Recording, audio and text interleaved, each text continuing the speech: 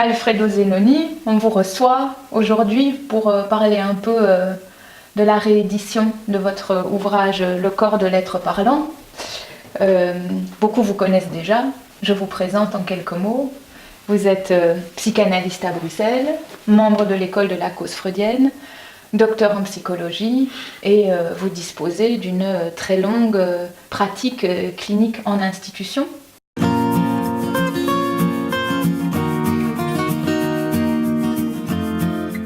Il existe toute une vulgate sur la psychanalyse dans l'opinion et chez les professionnels de la santé mentale avec qui que j'ai côtoyé pendant de longues années en institution.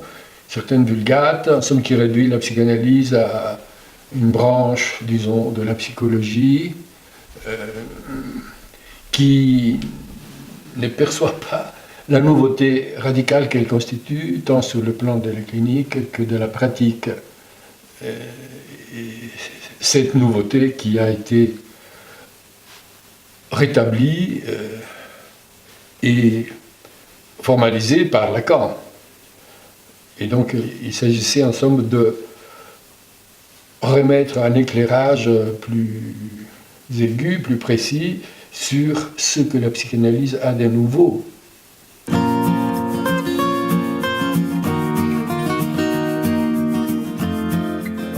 Ce qui est un peu l'originalité de mon livre, c'est de montrer que cette nouveauté de la psychanalyse telle que Lacan l'a mise en lumière chez Freud, concerne un rapport différent à l'évolutionnisme.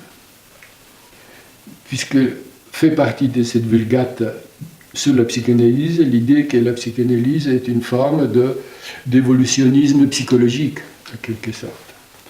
Et c'est là que je me suis intéressé un peu à la paléoanthropologie pour montrer que même là, il y a une discontinuité.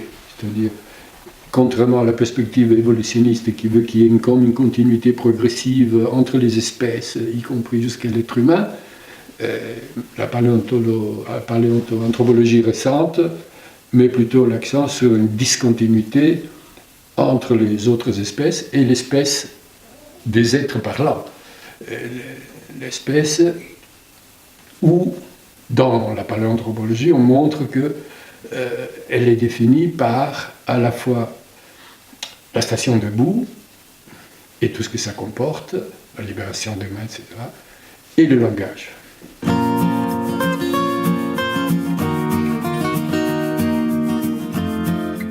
Par rapport à la vulgate que vous évoquiez, une idée qui me semble quand même avoir la dent dure, et avoir la dent dure peut-être encore plus aujourd'hui que par le passé, c'est que la psychanalyse, finalement, de ne s'occuper que du langage négligerait la question du corps. La réédition de votre ouvrage vient rappeler qu'il n'en est rien. L'autre enjeu, c'était celui-là. C'est un enjeu concernant l'orientation lacanienne elle-même de la psychanalyse, dont effectivement la vulgate consiste à dire que, comme vous venez de le dire exactement, donc essentiellement donc une psychanalyse intellectuelle, une psychanalyse qui met l'accent sur le langage au détriment du corps.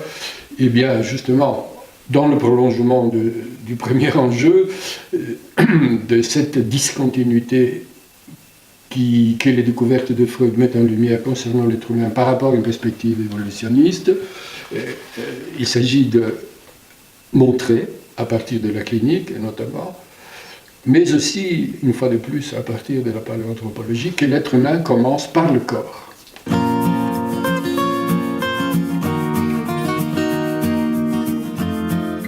Notre corps, d'entrée de jeu, est un corps qui désire, est un corps qui jouit, et est un corps qui agit aussi.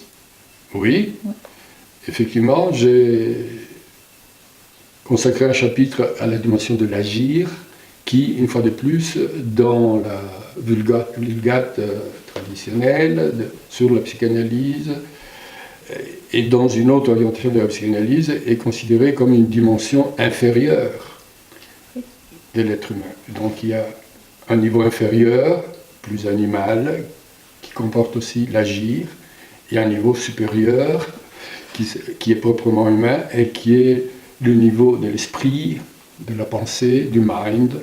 Eh bien, justement, va avec l'accent mis sur la nouveauté du corps humain par rapport à l'évolution, l'idée aussi que l'agir, l'acte, est une dimension proprement symbolique, inscrite dans le symbolique, fait partie de la définition même de l'être humain. Seul l'être humain a à choisir, à décider, à poser des actes.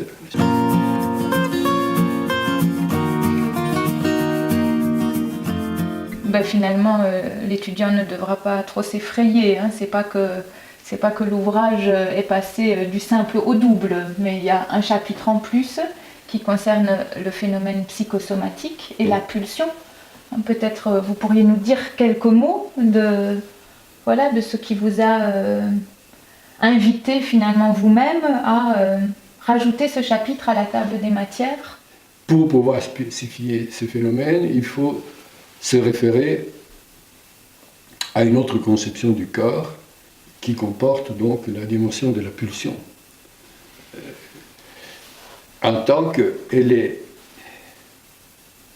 séparée, tierce, par rapport à cette distinction psyché-soma, corps-esprit. La dimension de pulsion, comme Lacan l'a mis en évidence, c'est en quelque sorte dissidente par rapport à ces schémas différents, et